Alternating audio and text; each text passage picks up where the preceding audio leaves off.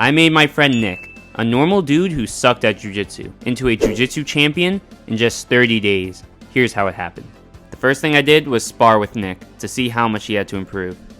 To start the roll off, I just stand up and push Nick's knee away to pass his legs. I knee slice over Nick's frame, and then I staple his arm and start looking for the Kimura. I get the grip, and I bring Nick's hand behind his back to get the tap.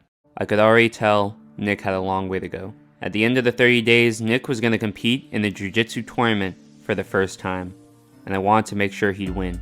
You might wonder why. Well, it's because Nick was actually the one that got me into Jiu Jitsu. Years ago, we would wrestle all the time, using moves we saw in UFC. After high school, I joined a gym and started training all the time, while Nick, who was focused on school, just practiced occasionally at his college club. Nick told me that he wanted to take Jiu Jitsu more seriously, so I swore to myself that over his winter break, I'd make him into a Jiu Jitsu monster. We only had so much time, so I mainly helped Nick with his guard. Do the counters, Nick. We had similar body types, so I tried showing him my game.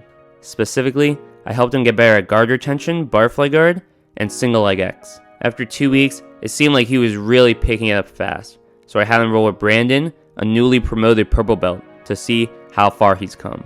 At the start of the roll, Nick arm drags Brandon and starts looking for the back. But since he doesn't know how to wrestle, he just sits back down. The tides turn as Brandon goes for a rolling Kimura on Nick. He gets the grip, but luckily, Nick's able to turn into him before he gets his back taken. Nick drops down and starts looking to pass Brandon's legs, but he leaves an opening for an underhook. Brandon takes advantage of this by trapping Nick's arm and sweeping him. Brandon starts knee slicing, and you can hear my stellar coaching coming in handy. Up, frame now. Don't keep grabbing the leg, frame. Frame, don't keep grabbing the leg. Oh, it's stuck? That's pretty tough. Hey, turn, get on top. No! Nick may have gotten beaten up, but in that roll I saw a lot of improvement, so he kept polishing up his game and started making a game plan for the competition. A lot of people were commenting on how it was getting really annoying to get past Nick's legs, so the plan was to start on bottom and use single leg X sweeps to get points or go for submissions. Get on top or go for the straight ankle. The reason I wanted Nick to work on single leg X was because he was entering a beginner level competition. And in beginner level competitions, a lot of people keep their legs wide open, which makes them susceptible to single leg X. We also worked his butterfly guard, just in case someone stayed on their knees and wouldn't let Nick get under them. But we only had a limited amount of time, so we couldn't work his top game very much. So when Nick was on top, we were just going to hope for the best. Having a game plan is one thing, but executing it is another. So I arranged for Nick to roll with John Carlo, a former powerlifter that outweighed him. In this roll, I asked them both to roll like it was a match with points, and I told Nick to execute the game plan. And he did just that. He used his butterfly guard, and even hit the single leg X sweep we were working on. His top game needed some work, but he had improved a lot. This improvement wasn't just from me drilling with him and giving him technical advice. There was more to it. In the beginning, I explained to Nick that if he wanted to get really good, he had to put in work on and off the mats. Most people aren't willing to do this, but Nick was different. He was coming in every day with specific moves he was trying to practice. After his rolls, he would take time to analyze what worked and what didn't. And he was going out of his way to watch instructionals to level up his game. Knowing all of this, I was excited to see what would happen at the competition. But before Nick could compete, he had an arguably greater challenge. He had to cut weight. That's right, on the day of the competition, Nick would be cutting 5 pounds of water weight. This was the first time Nick had ever cut weight, and on the ride up, I could tell it was a big thing on his mind. As soon as we arrived, Nick had to start cutting weight. It was freezing cold outside, so Nick was forced to run back and forth in the venue until he lost the pounds. I could tell it was a big mental challenge for him, but after about an hour of running and almost passing out on the toilet, Nick lost the weight and was ready to compete. It was time for Nick's first match. Would Nick keep his cool, or would he gas out from adrenaline? Let's find out. Nick starts the match on bottom because we knew it would be really hard for someone to get past his legs, or so we thought. Nick's opponent explodes past his legs with a knee slice, not just once, but twice. Luckily, Nick's able to escape each time. The match wasn't going the way Nick wanted, but he ends up finding an opening. He grabs his opponent's ankle and slides into single leg X. Then he turns his knees out to the side to get the sweep, giving him 2 points. Nick ends up in a good position to get the pass. He grabs a head and arm and pummels his legs into side control. Passing someone's legs is worth 3 points, so Nick is up by 5 right now. Nick does a good job of holding the position. That is, until his opponent pulls a Derek Lewis and just stands up. Nick counters this by grabbing a headlock and rolling backwards.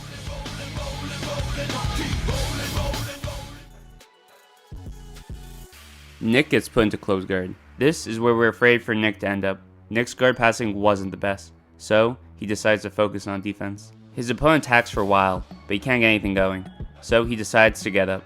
As he does, Nick pulls guard. Nick goes into single leg X again, and hits the same sweep, but this time, he starts going for the submission. Get a straight ankle! Get that strong overhook! Full overhook! This is Nick's opponent about to tap, but he changes his mind.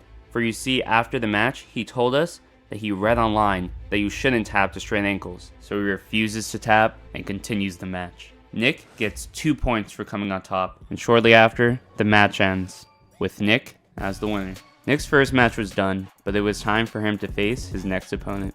Nick starts the match off by pulling guard, but his opponent isn't having it. He starts throwing Nick's legs to the side.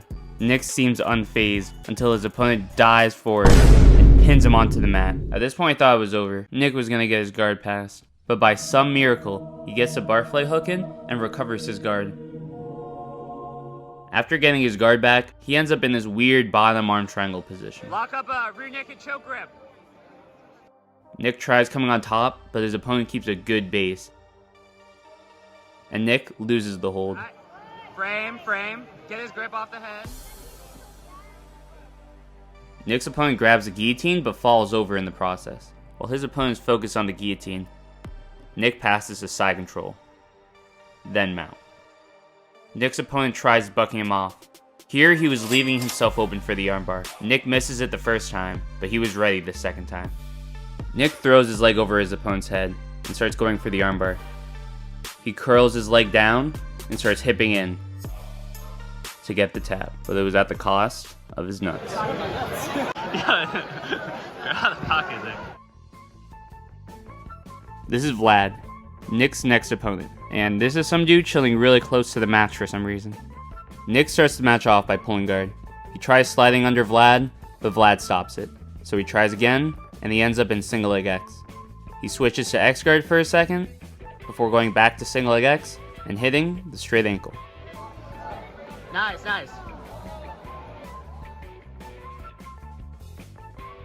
Nick won that match by straight ankle, but he still had 2 more matches before he could get that Grappling Industries gold, and his next match would be a hard one.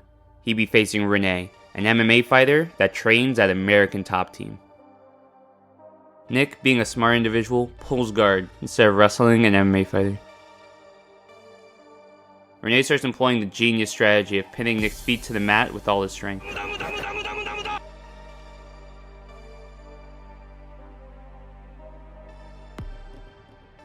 It goes on for a while, until Nick is able to make a breakthrough. Nick hits an arm drag and starts looking for the back. Renee stands up to defend, so Nick returns him to the mat with a trip, but the ref ends up resetting them, and doesn't give Nick any points. Nick goes for a guillotine, but Renee just slips out of it.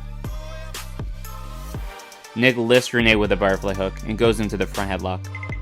But Renee backs up out of bounds, and they get reset again. Just as the time begins to expire, Renee makes a final charge. And the match ends up coming down to a ref's decision, with Nick getting the nod. Nick was going into the finals. If he won, the last 30 days of training would have all paid off. If you enjoyed so far, make sure to subscribe. Now let's get into the final match. I didn't know anything about Nick's opponent going into the match, but as soon as I saw how he was passing, I could tell that he knew what he was doing. He wasn't just trying to jump past Nick's guard, he was systematically trying to smash it. This would not be an easy match for Nick. Nick's opponent reaches under and grabs Nick's foot, and starts circling around his guard, but Nick frames and is able to defend. Nice! Close one. Nick's game keeps getting shut down by his opponent wrapping up his legs. He continues to get his guard smashed, until he finds an opening, and goes to single leg X.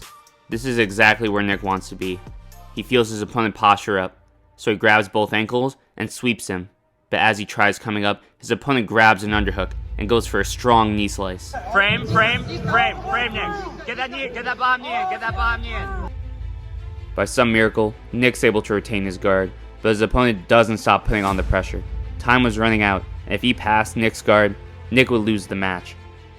But something unexpected ends up happening. Try to get it. Oh, get on top right there. Shut that. Get on top. With less than 30 seconds left, Nick ends up in mount, which awards him 4 points and makes him the winner of the match. With that last victory, Nick got first in his division without a single point being scored on him. Like and subscribe for more videos like this. I'll catch you next time. Peace.